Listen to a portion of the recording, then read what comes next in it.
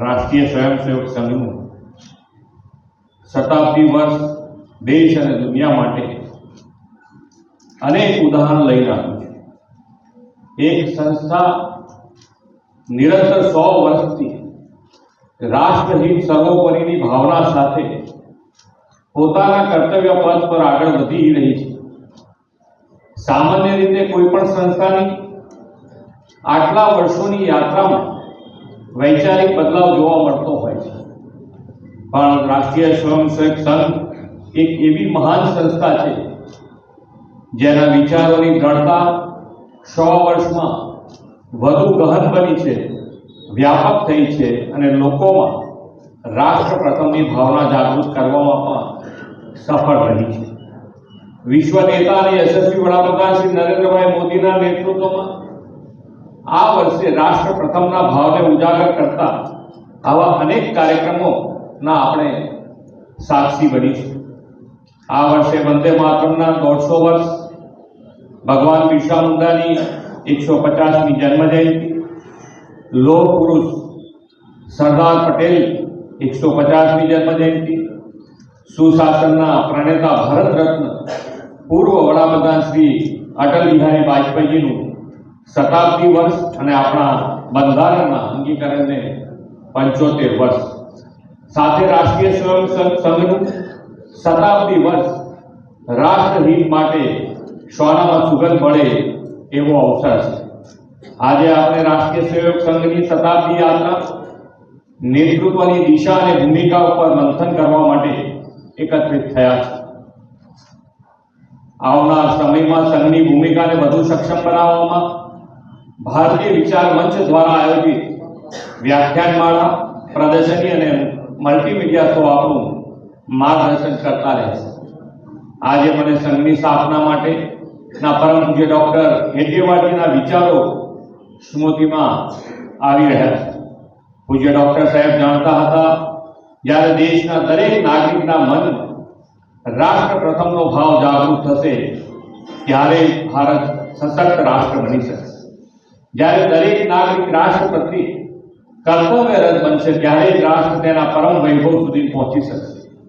જાતિ, પંથ, ભાષા, ક્ષેત્રના ધ્યેયથી ઉપર ઉઠીને રાષ્ટ્ર પ્રથમની ભાવ સાથે સંઘની સ્થાપના થઈ। સમય જતા રાષ્ટ્રાય સ્વહા ઇદમ રાષ્ટ્રાય ઇદમ નમમ સંઘનું બોધ વાક્ય બની ગયું છે। આદરણીય વડાપ્રધાન શ્રી મોદી સાહેબના શબ્દોમાં કહીએ તો જ્યારે કુંભાર ઈંટ પકવે છે તો જમીનની માટીની શરૂઆત કરે છે, તેને તપાવે છે, આકાર આપે છે અને જાતે પણ તપે છે।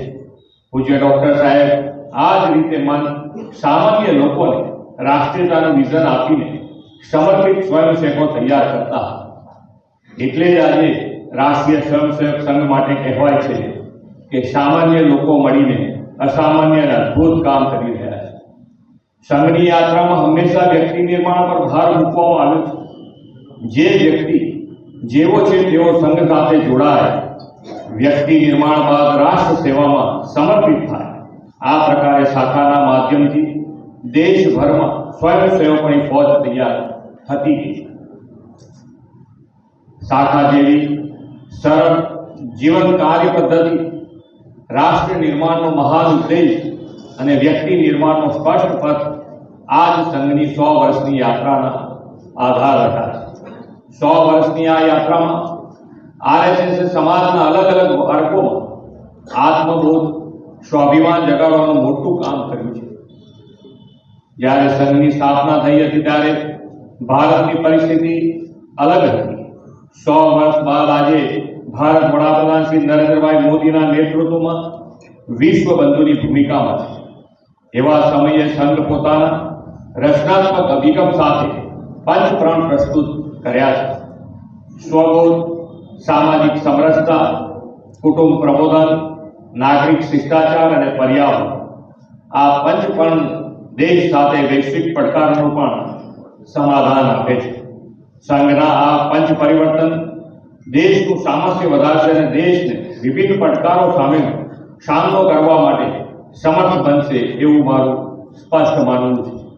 આપણે સૌ વડાપ્રધાન શ્રી નરેન્દ્રભાઈ મોદીના નેતૃત્વ સંઘના સંસ્કારો સાથે આગળ વધીએ પંચપર્ણને સાકાર કરી વિકસિત ભારતના નિર્માણ માટે કટિબદ્ધ બનીએ એ જ વિશ્વાસ સાથે વિરમું છું. ભારત માતા કી જય. वंदे मातरम. जय जय जय. सब कार्यवाह है और कार्यरत है। ये 4 दिवसीय कार्यक्रम 11 से 14 नवंबर व्याख्यानमाला, मूलभूत रूप से ये व्याख्यानमाला से बात शुरू हुई थी, परंतु हम सभी लोग जानते हैं आजकल जेन जी ये टर्म बहुत ही ज़्यादा प्रचलित है और उनको ये लेक्चर सीरीज डिलीवरी के लिए एक ठीक माध्यम नहीं है। ऐसा सामान्य रूप से सभी लोग आज ऑडियो विजुअल का उपयोग ज़्यादा करते हैं, तो उसी दृष्टि से ये बात भी आई कि एक एग्जीबिशन और एक मल्टीमीडिया शो में भारतीय विचार मंच के द्वारा ऐसा 4 दिवसीय गोष्ठी का आयोजन किया गया है। ये बात सच है कि आज राष्ट्रीय स्वयंसेवक संघ सारे देश भर में और विश्व भर में एक चर्चा का विषय बना है। उसका कारण ऐसा है कि प्रारंभ में जब संघ छोटा था तो बहुत ज़्यादा चर्चा नहीं होती थी, लेकिन संघ बढ़ता गया तो थोड़ा बहुत लोगों ने विरोध भी किया। तो इसको जानना चाहिए। लोगों के मन में उत्सुकता बढ़ रही है कि बिना किसी सरकारी सहायता के नाना प्रकार के विरोध होते हुए भी राष्ट्रीय स्वयंसेवक संघ का कार्य बढ़ता ही क्यों जा रहा है, क्यों प्रारंभ किया, उनकी भूमिका क्या रही होगी उस समय। तो ये संगठन ये समाज के अंदर संगठन है या सारे समाज को जोड़ने का काम संघ करता है। तो छोटे से बीज रूप में ये संघ काम करता है, तो ऐसे कैसे करता है, इसका उद्देश्य क्या है, मोडस ऑपरेंडी क्या है, उन्होंने खड़े कर दिए। बोले हम पैसा देंगे। अरे हिंदू बच्चों के लिए विद्यालय नहीं है, वो सीमा पर विद्यालय है, कोई बात नहीं। सारा समाज इस संकल्प के साथ खड़ा हो जाता है। उदाहरण के रूप में हम देखें, राम जन्मभूमि का विषय चला, लोगों ने हमको निधि दी थी 12 करोड़। बाद में जब 22 जनवरी आया तो आपको भी आश्चर्य होगा, हमको भी आश्चर्य और आनंद हुआ। 7 लाख गांव में कार्यक्रम हुआ। कार्यक्रम की संख्या इससे भी ज्यादा थी। कोई स्वयंसेवक नहीं था, वहां भी कार्यक्रम हो रहा था।